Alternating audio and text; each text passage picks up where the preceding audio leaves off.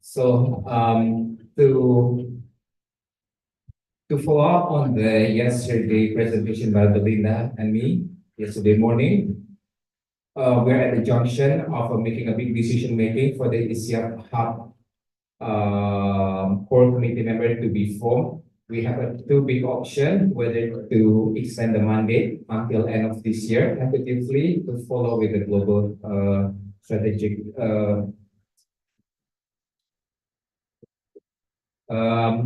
to follow with the global strategic movement, or we finalize it today with all of the pros and cons that we have described yesterday. So with this, we would like to, within the next 10 to 15 minutes, we would like to open the floor for the voting. Whatever decision has been made here, it will be finalized, and we will document this in the ESEAP Hub meta page as well as the ESEAP conference 2024 meta page. So just a quick recap. Option one is to extend the mandate until end of this year. Basically, same people, no changes, with further refinement on our, especially on the draft constitution of the ESEAP Hub, or we end it today. I mean, proceed now, as in like the preparatory committee will be disbanded by today, and we will form confirm the core committee straight away right after this. So if I can have what's the best way we do voting? Raise your hand. Raise your hands and then count the difference, then we use the.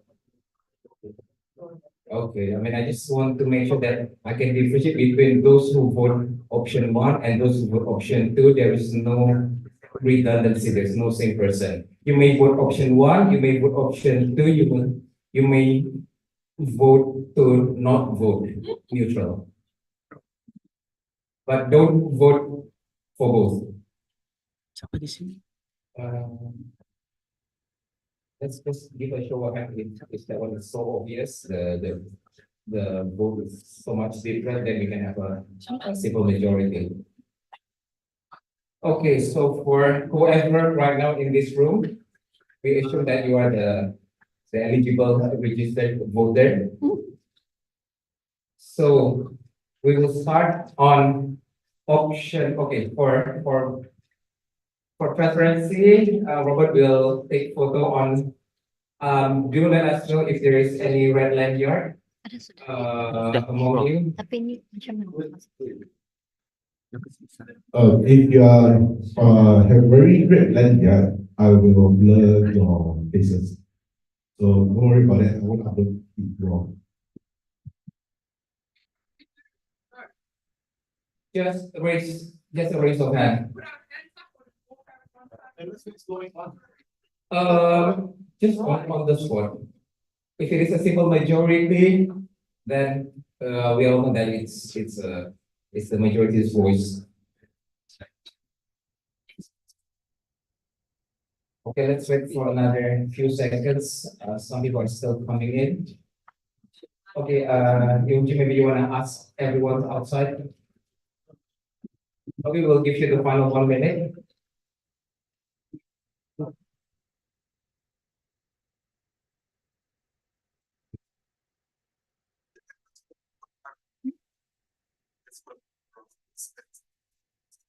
What?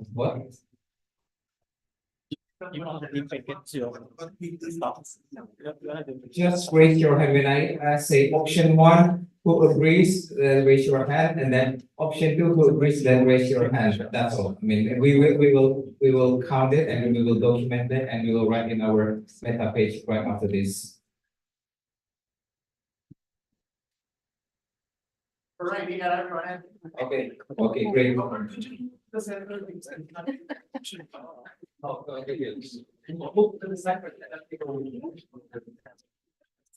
Okay, we'll give you like 10, 15 seconds to read in detail. What is option one? What is option two?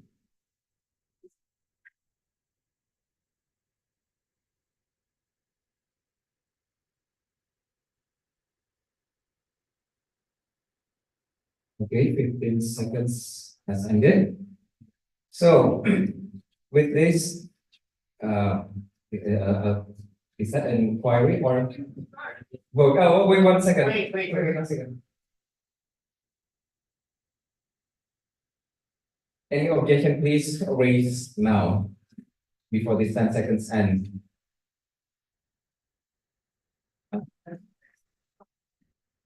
For what? Oh, it's not about. Okay, let's do the voting now.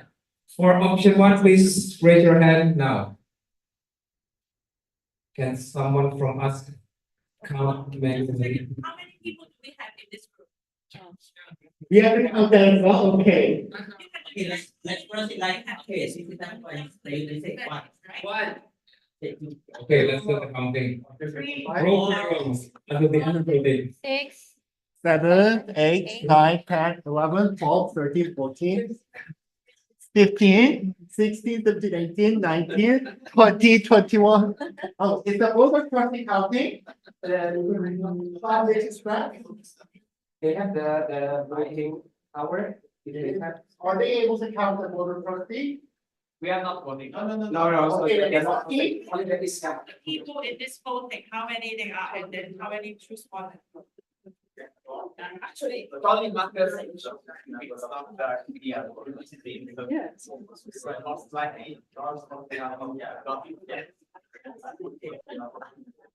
Only ESEAP member are eligible to vote.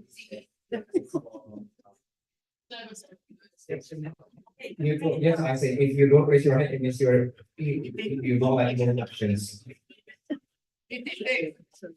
No, wait. Well, you can be counted, not you. Because you don't have the council member. Okay, the total number is 57. 57. Okay. No, 58 now. 58. Okay. Please come in and close the door.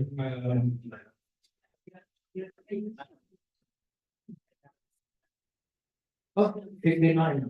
59, we heard. 59. Okay. Okay, we can just say no to whatever, yeah. Okay, we stop any people coming in, so 59. So if somebody is coming in from now on, just like ask them to wait that they.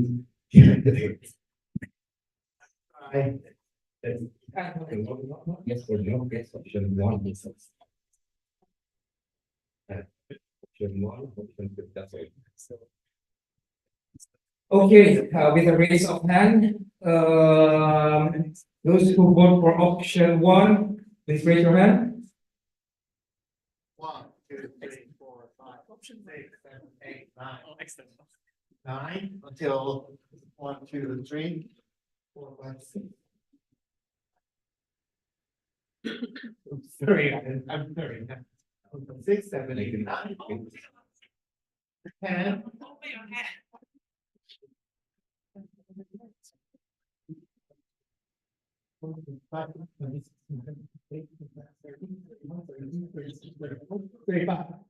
35, 36. 36. That's over half. Actually, yes, we can add this voting because. Okay, just for the sake of transparency, we abstain. Yeah. It cannot be more than 36. Okay, for option two, with the raise of hand, it's okay, you can learn your face, so. 6, 7, 8, 9. 9. 10. I think it's 10. Okay. I abstain. And 11. Abstain. Abstain. Okay, third option. Those who abstain, I neither one or two. I think it's just. 1, 2, 3, 4, 5, 6, 7. Did you hand it up? 7. 7, okay. So we have a quorum. Robert, you might want to take a photo of this or photographer. This one, wait, extension of.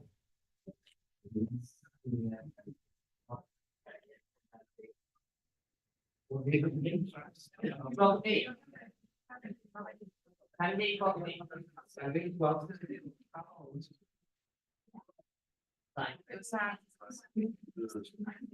there are 6 people who did not vote here, am I correct? Then I have to write down 6 people.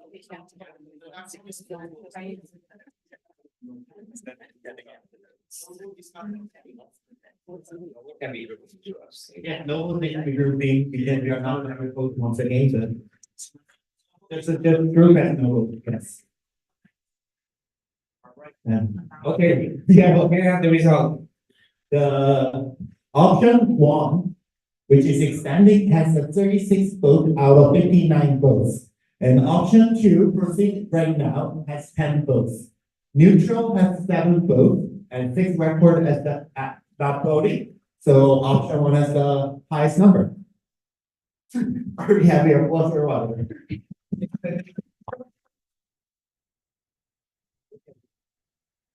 So on the next agenda, we will have 5 minutes of silence. This is ESEAP conference, and then next year is ESEAP summit. So we will have alternate between conference and summit. And for a conference to happen, we need to have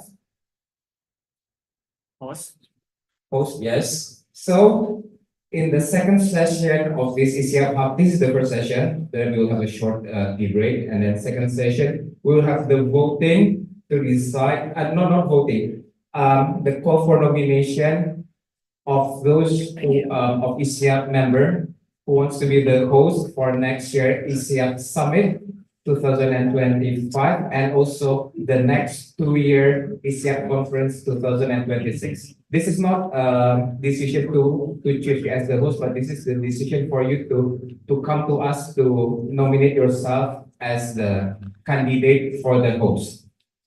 So of course, I mean, you need to look at yourself whether you have enough manpower, you have the venue, you have the capacity. So that's the thing that we want to bring this up quite early so that you will have time, at least 1 year before the conference starts, to properly prepare yourself. Because I mean, there's always option along the way. Then you say, sorry, I don't think we are ready. So you back off. That one is acceptable. So we want to have a open call for nominations. Who are interested? Then we will lock that. So no more new candidate for the host after this. Yeah, any question? The microphone is. Thank you. This is Eugene Overby. Let me ask a very, very basic question. What is the difference between the summit and conference? Okay. Yeah, good question. Okay, I thought that we explained this several times, but of course, I mean, there's always people who are unfamiliar with this term, so we try to keep informing you the basic description in every of our meetup. ESEAP conference is the conference for all of the family member of all of the ESEAP community. First of all, you all understand what is ESEAP, right? East Asia, Southeast Asia, and the Pacific. That one, the scope will not change. So now it's in terms of the conference or the summit. Conference is the place where everyone from this community can register, apply for scholarship or non-scholarship, and then they can join this conference to exchange ideas, collaborate. For the summit, it's only applicable, I mean, it's more a closed meeting, not open, only applicable to affiliate core team member, either user group or chapter, or any of these affiliate who appoint people to represent them.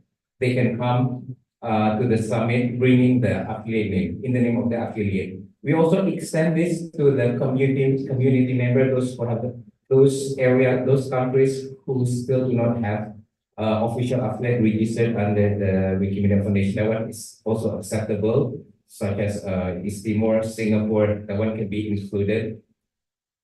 So these are the difference between conference and summit. Summit is more like meeting between the high committee of the representative for each of this region to bring this movement, to chart this movement on how we are heading for the next 2 years. What are the changes along the way? What we need to improve? What kind of more help we need from the foundation? Or basically at the end, it's something like that. It's the working group. But for the conference, it's basically anyone from the community, including the newbie, including anyone who are interested in this movement to join and then share their idea. Thank you for clear explanation. And this is my personal suggestion that you in the next session, summit or conference or other meetings, the base explanation of the basic information such as the definition of summit and conference or the what is ESEAP will be said. It is very needed for newcomers or others. So this is my personal suggestion.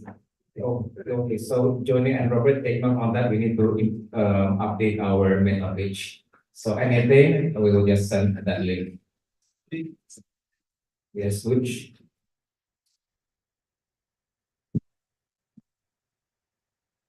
So this is not more of a distant question, but more of an clarification. The ESEAP strategy, it's not a strategic, strategy subject is designed as from the word itself to do some strategy discussion. So it's basically thinking of what lies ahead on the ESEAP hub. While the conference is, as Dodi had mentioned, it's for everyone. You can, this is not just strategic, but you can discuss your individual projects, your a workshop on basic tools, like what was done earlier, OpenStreetMap. So that's an open one.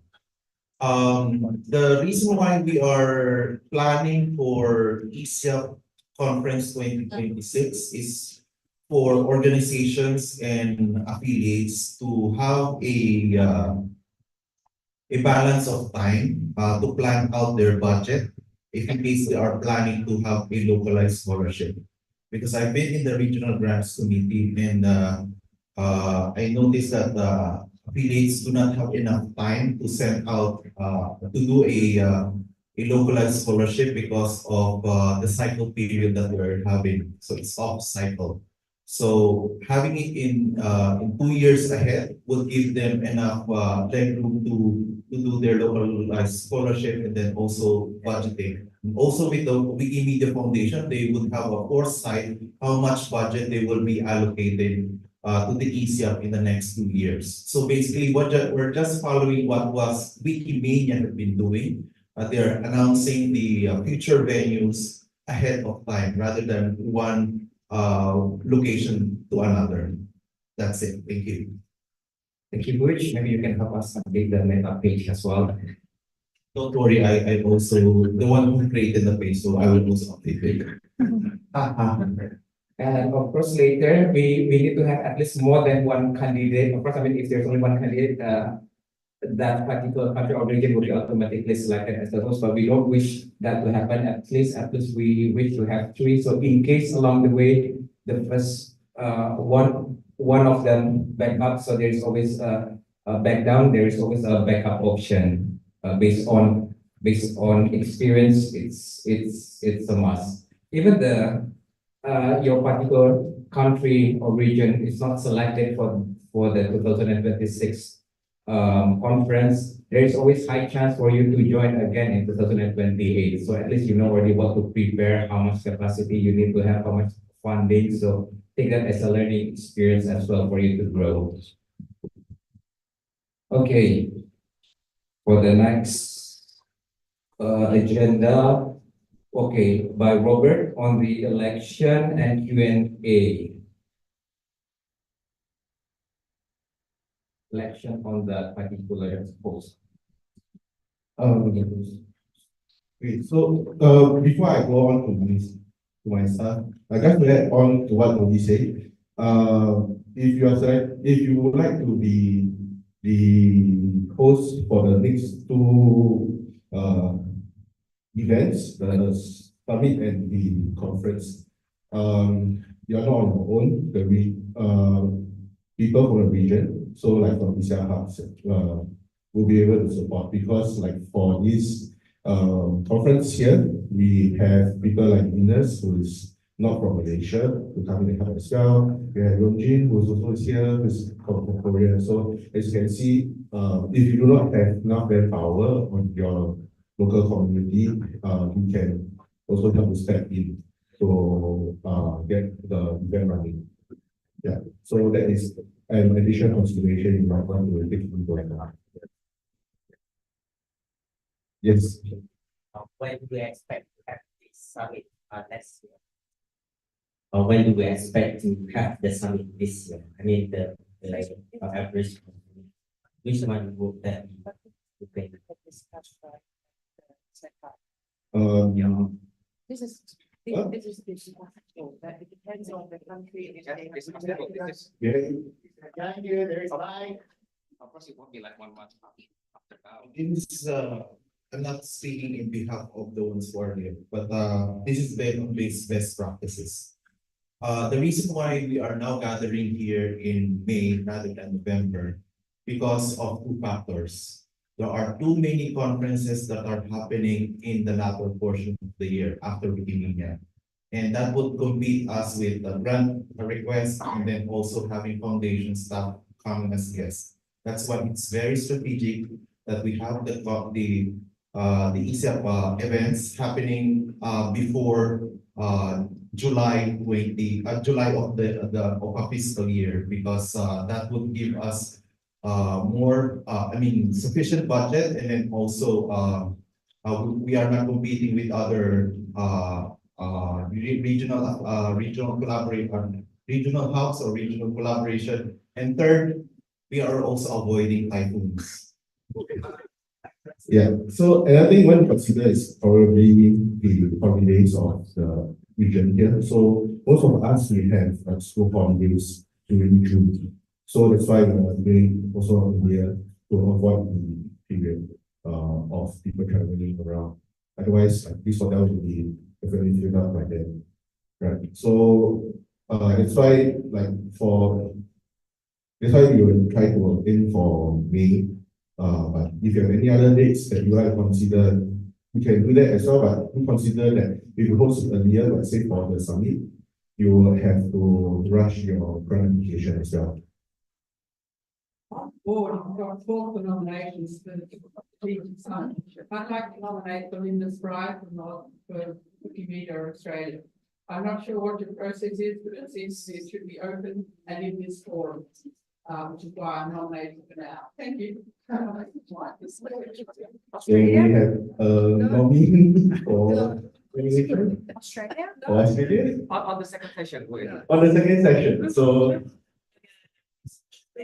yeah, so discuss it with. I know like for Australia, there's a bunch of you all here right now, so we can gather together and discuss during the break papers. One thing to And one thing you might want to consider about hosting the conference is like the transportation and infrastructure in your city, in the city that you want to host the conference. Or like it is easy like for people to apply the visa to get there. So this is something that you can have a quick thought about like now, and then we can like talk about this later. Yeah. So are we doing Malaysia now or what? Okay, no, we can respond and correction. And we don't know who to go up to nominate. If it's done outside and, oh yes, meet with somebody. Well, who do you meet with to nominate somebody to be here? We're talking about the summit. Later, after this second session, yes. And Malaysia would like to be the alternative host for the next summit 2025 in Peninsula. If I may continue, because as per our discussion, we are planning to host, if there's no other alternatives, If people would like to, we're planning to host, currently we are in East Malaysia, we're planning to host in West Malaysia at the International Islamic University in Malaysia. This university, which is within the Klang Valley, the central part, this city area of Kuala Lumpur, a bit outside of Kuala Lumpur technically, but still within the outskirts and easily accessible via public transportation. Later. Actually, yes, it's Later on the second session of the nomination, you can always promote yourself also. During that time. Hi, my name is Rajat. I'm from the Wikimedia Foundation. Just wanted to add, it's a great thing that you are planning ahead. As both said, Wikimedia has also adopted that same policy, and the reason for that is that everyone in the movement ecosystem can then plan accordingly, which basically allows the grants team, the foundation to have oversight of what's coming up, allocate depending upon what different possibilities, just figure out the resources as well, keeping in mind the different grant cycles depending on the period that you're doing. So that really helps everyone kind of have that future or future thought process. Locations, exact months, all of that, of course, is the process, but at least like one would say that we are thinking of hosting in 25 the strategy summit, and 26 there would be. So the expectation of a proposal coming in is enough for someone to kind of start planning accordingly. That's point number one. To anyone here thinking, I know, as you know, it was also mentioned that there's a lot of support within the movement. Just to add that from the foundation as well, there are conversations, there are teams that work, like for example, I supported as much as I could from a programming and comms perspective, and different people provide different levels of support. So that's always available as well in terms of some people that you would like to engage with, probably who have that experience. Maybe it could be comms, maybe it could be programs, maybe it could be technical aspects. So that's also support that's available for you. But again, just when to go back to the point that this future forward strategy and thinking about the future really helps even folks within the foundation, the right different teams within the foundation, keep in mind. Just and also kind of has that level of impact in the grants, the cycles, and all the approvals and all the process that follows. Thank you. So I hope that you guys already got your enough information to think about for the nomination data. I guess we can continue on with.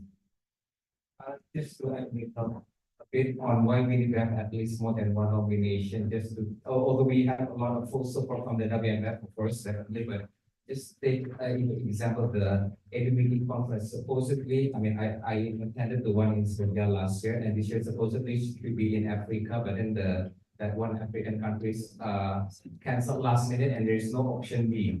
So the AWB committee opened up a new proposal straight away.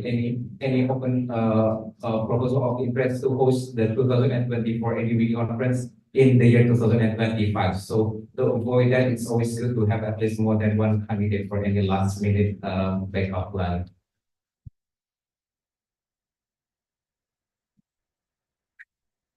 So Robert, the stage is yours.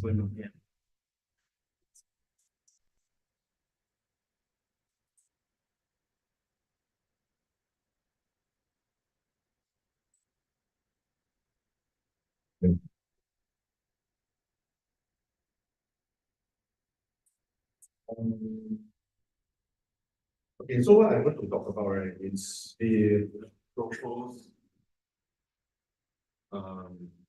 yeah, it's like coming up. The proposed elections procedure that we have thought of for the ESEAP Hub. It's going to be a detailed one because we already thought quite a bit of stuff in our meetings for the ESEAP Hub with the meeting IPC.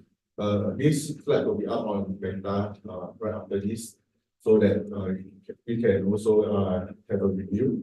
Just to note, this is not set in concrete. Things may change after getting feedback on Meta here as well. Okay, so without further ado, I just go ahead. The key things that we are looking at are the voters, the candidates, and the voting process, right? Which are the elements that we are always concerned on for beginning the election. I left out the location because it's going to be on Meta key. we are going to adopt an open voting process, so everything will be transparent, right? And then, is this better? Yeah, okay, so for voters, what we are looking at are people, not organizations, people who are residents or citizens of countries or territories here in ESEAP. Residents are essentially people who are not residents in a country, right? So you could be working, you can be working in, say, Hong Kong, right? You are maybe from Germany but working in Hong Kong. Yeah, we will consider you as an eligible voter because you are in the region here.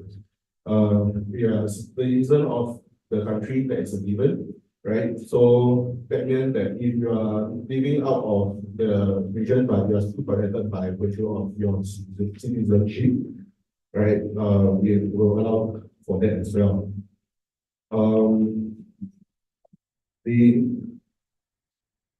Sorry, just say.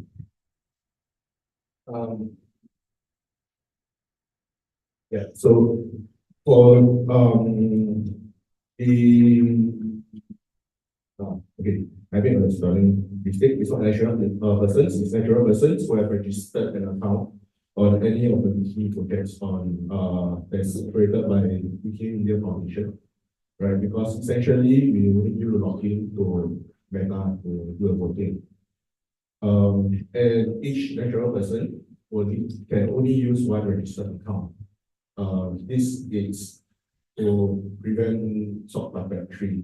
So if you are found to be a sort of that will be essentially removed, right? And then to determine whether the accounts are valid for voting, what they are proposing is to have it at different electoral rows.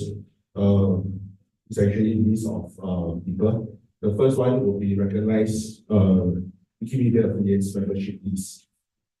Okay, which would be made public at an appropriate location on Meta. This so the second one would be free and independent editors. It's actually editors who are not part of any of the Wiki affiliates, recognized as Wiki affiliates. So we listed also currently on the appropriate location of Meta. Okay, so I'll repeat myself because I see people studying and reading again. So to repeat myself, the registered accounts should be listed on at least one of the following lists that serves as electoral roles. First one is recognized Wikimedia affiliates membership list to be made public on the appropriate location for Meta. Second one would be for people who are not affiliated at all. This will be also on an appropriate location on Meta.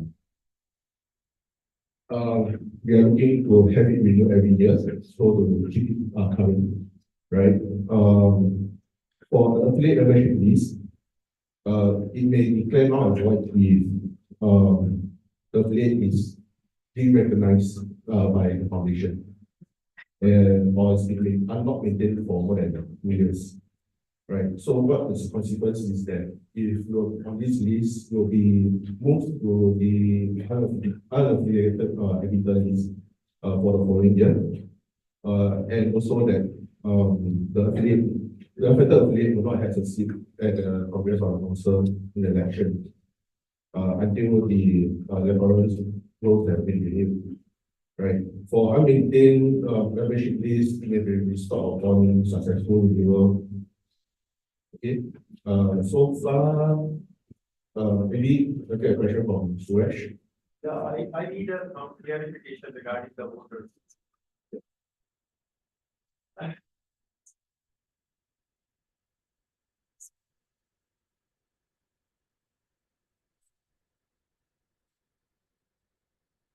So my question is like, I can see that voters' rights, either the citizen or the resident of ECF zone, like, and I can see like, especially I can say that in the Hindi community, mostly the contributors are as per my knowledge, they are neither the resident of ECF region. I am not sure whether they are the resident or the citizen, but still they are contributing to the Fiji Hindi. That comes into the Fiji region. Like I know a couple of contributors who are contributing from UAE, Nepal, and India as well. So how you see them? Like how you consider whether they are valid voters? Do you consider them as a voter or what? This is location based, not thematic based. So basically, it's the one that can represent Fiji in a global stage. Just because I'm interested in Canada and I write 1,000 articles for Canada within this law, I'm not eligible to represent Canada. So that one probably like you can go to Wikimedia in Canada, yes, but not for the ESEAP Cup because ESEAP Cup is slightly different. It's not towards that direction. It's geography, not. Anyone have questions? For the course, Mike? Okay, thanks.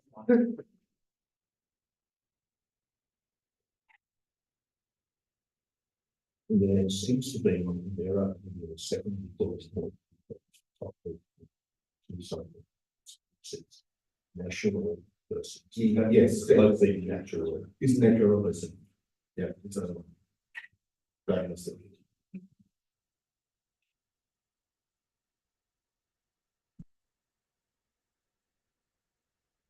Any other further questions, clarifications?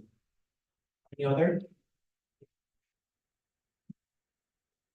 We talk about registered accounts. So can I have someone, for example, I just ask them to register their account on Wiki and then we can like automatically vote, or we have like certain criteria that like, okay, we like as at on some day that this person should have certain edits or like certain activities on Wiki, then this person should be allowed to vote, or any account holder can do that.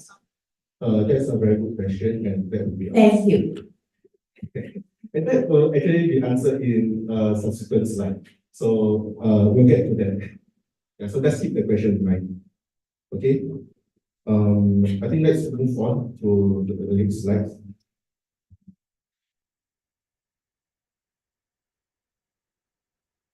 On to this slide next. Next, this is for the data. Then this is for the unaffiliated list. We must have this renewed without fail by the Congress or by the Council in a timely manner, right? So because this is for a very simple reason, the non-renewal may delay the elections because the electoral is not updated. Okay, so let's I just keep this simple and short because it's something that is a responsibility of the Council or the Congress when they are elected. Okay, next slide. If the editor is on more than two or more memberships for one reason or another, we will assume that the primary membership in the following order, preference as declared by the editor, or they are being part of a current membership of the affiliate, and also by the level of membership. Previous slide, you introduced a new term, Congress. I have no idea who the Congress is, what constitutes the Congress. We talked about voting for a summit with people that will be organizing stuff, but who the Congress is undefined. So I'm just wondering, would you like to change that word? Because you said that they shall define the voters and shall define without fail by, on an annual basis. Which is quite a task. Yeah, so Belinda, do you go through what's Congress and Council? Right, so okay, so there's a disconnect there. I'll just go through. I don't have the slide for Congress and Council because we was trying to assuming that the definition of Congress and Council of which I have come to let's talk about. Okay, so for Congress, what we if you have read the draft charter on member, we are structurally to be two body system where there will be a larger body of people being elected, and a smaller body, which is so the larger body is the Congress, and the smaller body is the council, right? The setup, everything is actually all in the charter that I don't have it at the top of my mind at the moment because my mind has been preoccupied with this. But essentially, both are decision-making bodies that are to work hand in hand with each other. Yeah. If you want to think of it in terms of your in terms of political systems, the Congress is like the Parliament or the Parliament of Congress in the US, right? And also it's the cabinet or the government. That's the most simplest way I can put it across. Okay, so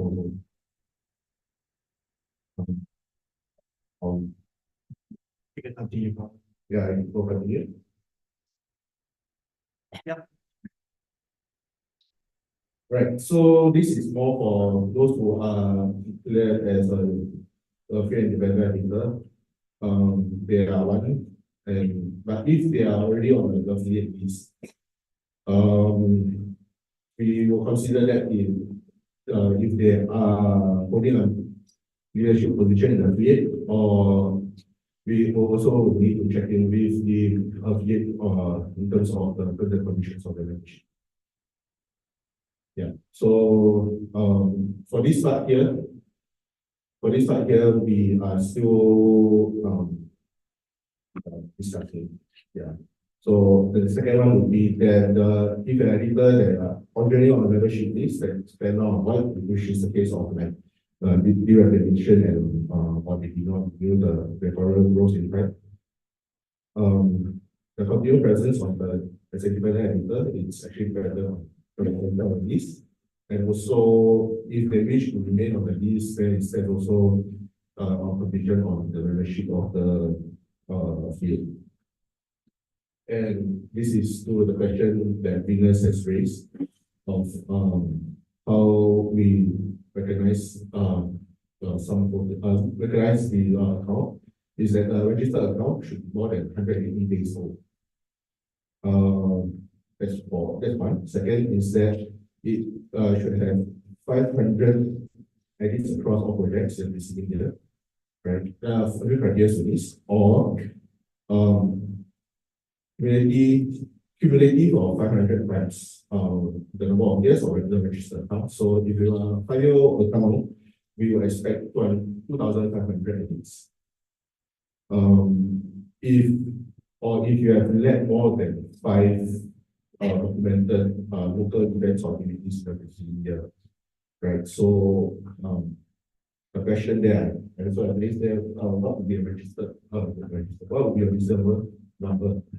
Because this is something that we will need to define the amount of work that has been contributed for the event. Okay. The next point is that if you have led a global or regional event in India, so let's say, for example, to prepare for the ESEAP conference or the Wikimedia or the Wikimedia hackathon whatsoever, because you have had that while doing this preparation, you probably will not have the time to contribute to the online on projects, like you can spend the time to help to further the fund in preparing for these activities.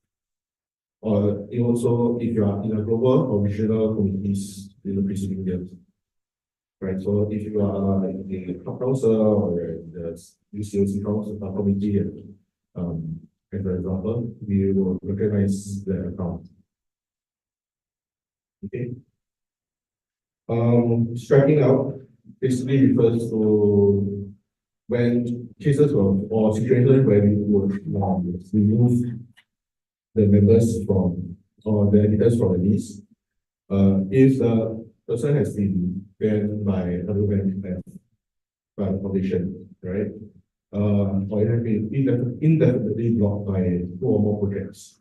We recognize that sometimes might be banned from one project for reasons that might be unfathomable, but that might not be clear to you. But we are going for more than two projects, then our assumption is that we will that there might be some issues with the account or with the person. The third point is if the registered account is suspected to be compromised on any projects, they need to say that the account has been taken over by someone who is not you, right? And we will reinstate only if you can recover the account. The second last point is at discretion of the council or the congress with consensus. This is to cover for unforeseen circumstances that we have not thought of. Like if you have any other circumstances and you think that person can be removed, do let us know. We can see whether it's is it appropriate as well. The last point is that if the person has left the project due to retirement, right, they stop contributing totally, or they're not contributing for more than a year, or the person has passed away during the course of the year. Okay, so that's for voters itself. It's pretty heavy. Is there any further questions? Good. Okay. So I'll go on to the next slide. There's one question. One question, yeah.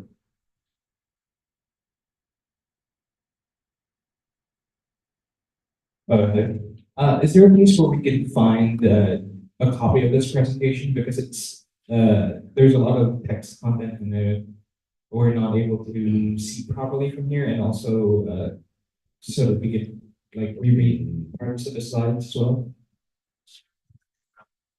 Yeah, if it can be shared on Instagram or somewhere. I will actually share the copies. I'll put in.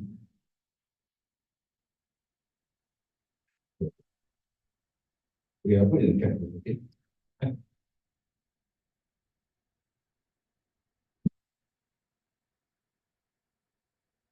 Okay, so it's in a Telegram. Yeah, sorry. Thank you. Okay. If you are following along, if you are opening the file, we are now on slide 11.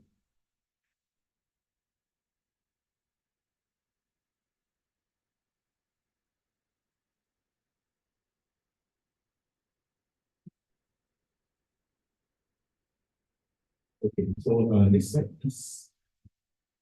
Yeah, so for candidates, so I only have two lines on this. One is additional qualifications to be defined on the ESEAP chapter. So for this, I do not have active reference for this at the moment. But the only issue is should be on the ESEAP chapter draft. If it is not there, we will harmonize the two documents, because in the case of drafting, we are actually all these documents are drafted by separate persons. We are going to, the next step is for us to harmonize the documents together. Okay, but the most basic qualification is that we need to be a voter for the exam. Right. Next step. Yeah, if you want to be a candidate, there are some considerations that you must keep in mind. First is that you need to be comfortable with your real world identity being exposed. Meaning to say that if you have been editing anonymously, and you might want to consider this point carefully, because you will be dealing with not only with WMF staff, but also with other third parties like others, the region, potential sponsors. Thank you.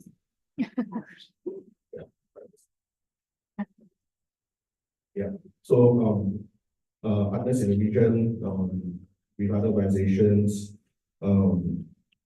as they are elected to the council and congress, you might have to be comfortable to be in the media on the limelight, which some of us are comfortable with in the first place.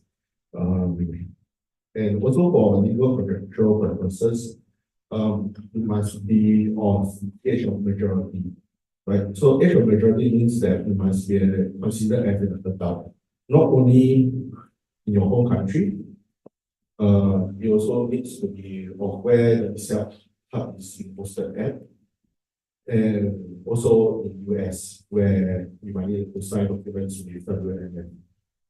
So the age of majority, if I'm not mistaken, in the region is 18. Yeah, so I think as long as we're 18 and above, we should be fine. Right. Yeah. That's my opinion. If there are any exceptions to that, the next number I'm taking out is 21. But remember that the region here is about 18 for most of the countries here. Okay. Another consideration is that some additional aspect of our real world identity will need to be vetted through by independent groups of persons within the league, or might also be given by DNS as a safety. Okay, because there might be issues with the person that we do not know of, but only trust and safety will know. So this is something that we will need to consider. The voting will be voting for the council and congress. What is to be determined is actually the total seats that we're going to vote, whether it's going to be voted together or separately. This is up for discussion. So this is something that we are still defining. I'll move on to the next one. It's I keep forgetting that a lot of people. Yeah, so we're just voting for these two bodies, and we'll try to determine how many seats and also when to vote for them as well. But in general, we have a timeline, which is on the next slide. Right. So this timeline here is assuming that we want to have council or congress by the time the summit or the conference itself, right? If we are holding our gatherings in May or June, if we go backwards, we have to start the process by January of the year. So for the first 3 months of the year, the activity is just mainly to update the electoral rules. For the affiliates to submit to put up their membership list, for the independent editors to update their status on the list as well, stuff like that, right? Then we'll do some checks and everything will take for 3 months. We'll still take like 3 months. Then thereafter, we will spend about 15 days, April to 30th, April to nominate yourself or other candidates, right? And during this nomination process, we'll also start to create the question and answers. All this will be done on that part, right? So 15th April to 21st May. And then while the training is ongoing, we will do public voting as well from 7th to 21st. Right. Then from 22nd May to end of June, that's where we have post-election processes. Post-election processes, meaning that we will need to count the votes and then to check through the successful candidates and stuff in order to verify that they can be on the board on the next council or congress. Right. So as I have written out here, the the conduct of the nomination, party voting, we now on memorandum of letter. What we have, this is what I have mentioned, but it is all part of the debate is that it's so similar to how students are elected. Everything all open, better, so that, it's all kept in public record. There should ideally be a group of election officials. These officials should not be able to nominate others or nominate themselves. It may not necessarily be part of the electoral rules. So, if you want to keep it very independent, and have someone else from outside the games. Okay. We'll go through each individual steps. So for the first step is clarity on the electoral rules. The key dates are basically, all the lists are to be in by 28 February. By February itself, right? And then, someone on the council will verify the list and make requests for amendments by the 24th of March. And the finalized vote will be published by okay. That's the list of this. The candidate nomination is a period of 15 days, 15 April to 30th April. Right, nomination itself nominated or be proposed by someone else and be seconded by another editor. Right, because what we're also looking for are also people who knows people. You can't be because you're in the front of the council or the congress, you will start to reach out to other people as well. So at the very base, you should know at least one other person to be nominated on to be a candidate, right? That is for 2025. Yes. Yeah. Or whichever the year's election that you can hold. Yeah. Because it's really dependent on when we can clear movement charter and also when we can clear our charter. Yeah, but earliest would be would be around there. And then also to keep it to keep it better for each other, the group of nominators or proposers and together shouldn't be related to each other. So nominator, proposer, and seconder cannot nominate or back more than one candidate. Language of nomination, it should be in primarily in English. For the simple fact that it's a common language among all of us. So it's not to say that we want a particular language or just for ease of communication.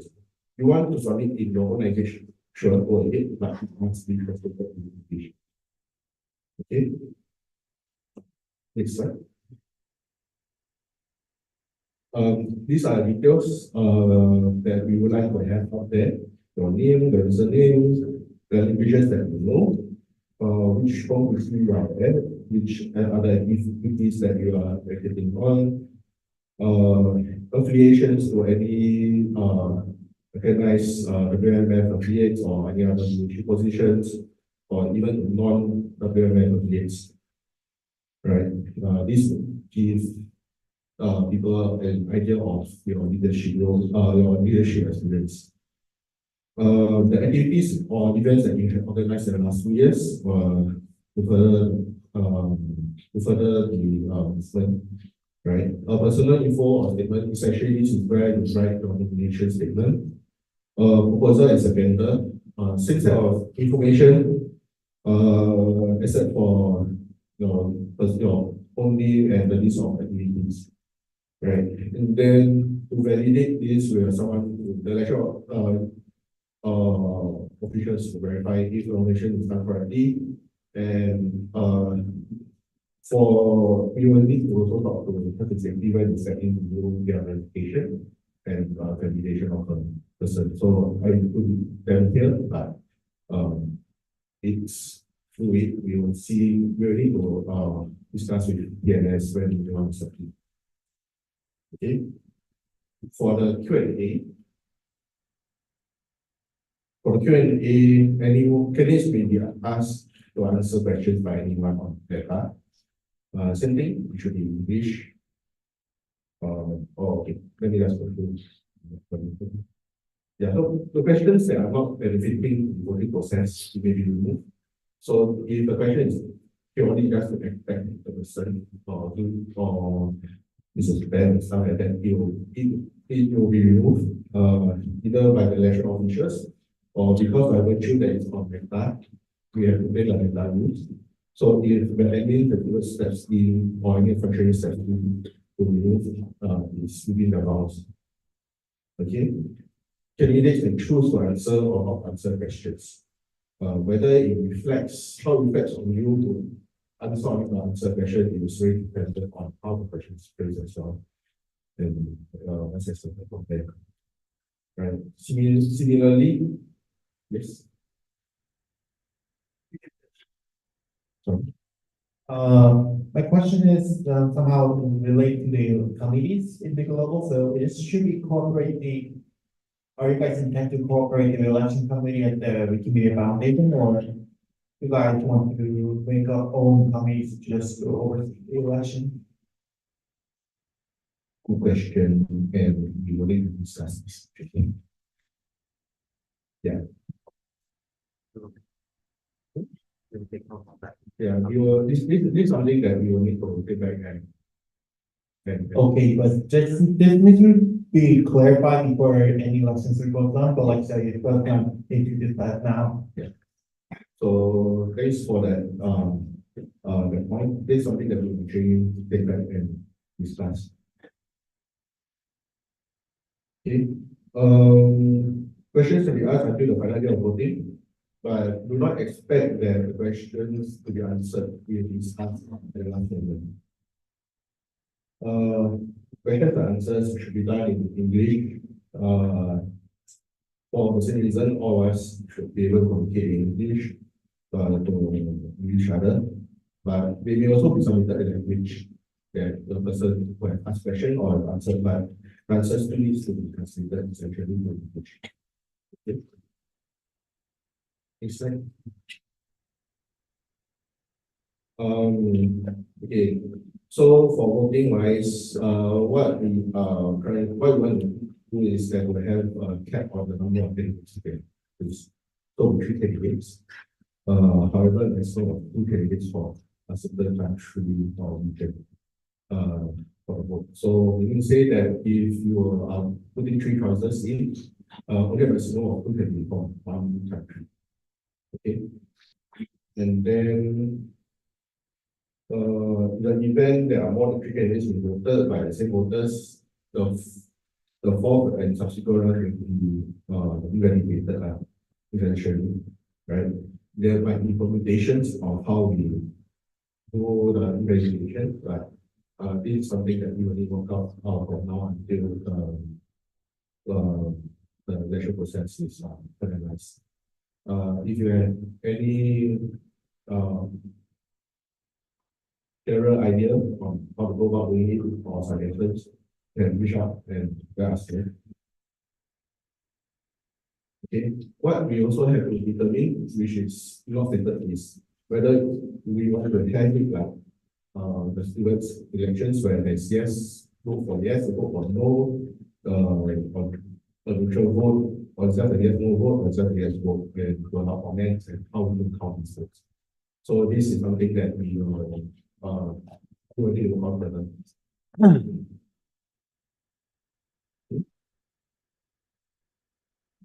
before we move on to post elections, any other questions on public voting?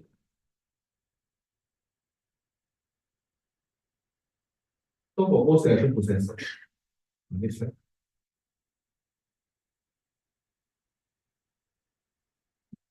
So the final verification and evaluation of voting outcomes will be done by the election officials and again, when the comes in, something that we have to talk about. Right. So this means that even after a successful vote on that, some of the candidates may cannot still be removed, even if they're shortlisted, based on the votes, right? So the outcome may also be modified or reserved for the uncertainty. in the position of the Congress or Council, which will be determined before the start of the election. So whether you want to have gender diversity on it, or if there's any diversity considerations, all this will be spelled out before the election starts. Okay. Question? So when you mention trust and safety review here, are you talking about trust and safety from the Wikimedia Foundation, right? Yes. So here's my question. In order to get banned officially by the Wikimedia Foundation, you have to do something very serious in order to be on that list. But we do have community members who keep doing like minor offense all the time, but they are very unwelcome in the community, but they are not that serious that to get banned officially by the foundation. So this is still like also a trust and safety concern that we have here. So you know what I mean, like when people like in the gray area, what should we do in this case then? I think this will be the judgment call that we will have to see. If the person is not going to be welcome in the first place, despite all the votes they're getting, then it's not going to be good for the morale or for the consumers of the region here. So I think the judgment call, it really depends on the issue at hand and that person have. Yeah. So when it comes down to that, we just see how it goes. After all, that's why I have a very big rationale for rejecting a candidate. That the candidate is disqualified upon for reasons that cannot be stated.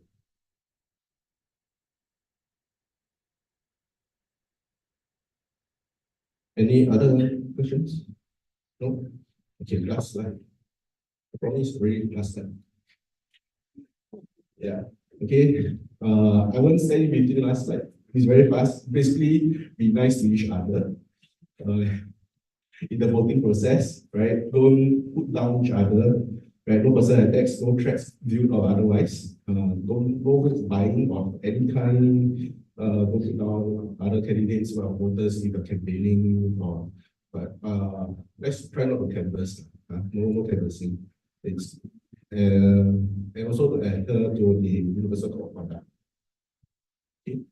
Any questions on this? Yes, no, okay, yeah, okay, yeah. So basically, I'm going to yes, which What do you mean no canvassing? Is it surveys? When you say no canvassing, that means doing poll survey, something like that.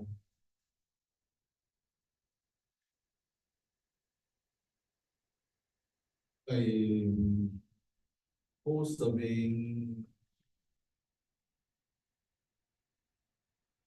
That wasn't in our consideration. We do have. I do see people who actually have list of candidates.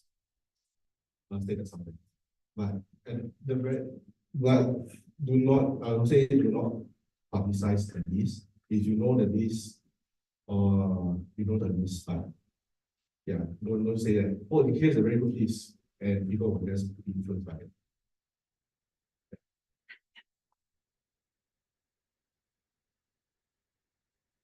We'll take that into consideration. And okay, any other questions? If you cannot think of one now, it's okay. The slides have been sent in the Telegram chat. We'll put out your comments as well, and also on Meta. And if you have any questions, please reach out to any of us.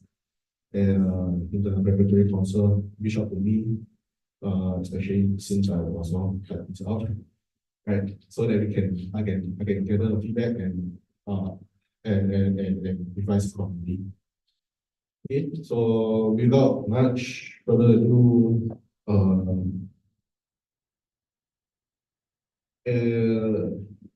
are there any responses on them? Yeah, before we get on this. No, okay. Yeah. Okay. Okay, we still have 15 minutes before the 3:30 tea break. So the next in agenda is on the fiscal. School funds, it's on the fiscal sponsor before Belinda come on stage to summarize on the sticky notes on this whiteboard. After a long discussion internally among ESEAP preparatory council, we've decided on the fiscal sponsor because once this up and running, they shall receive funding from the foundation. And since this is a cross-country, multi-country kind of organization, so we have to decide one country or area, one place to become the fiscal sponsor. And after all of the consideration, considering local regulation, considering taxation, considering reporting, considering the ease of moving money around, so we've decided that Taiwan will be the fiscal sponsor under the Wikimedia Asian Month project for this ESEAP Hub. So that's a short update on the fiscal sponsor, and to you, Belinda, on the summarization of these 1, 2, 3, 4, 5 whiteboards that you will write yesterday. Then we'll have a quick tea break of 15 minutes, and we go for the second session. Do it after the. Oh, after. Yeah, I've got slides, but we can do it after the. Okay. Slide change. So we shall have our short tea break for 15 minutes, then we will come back for the second session of the ECF Hub. Just hold that.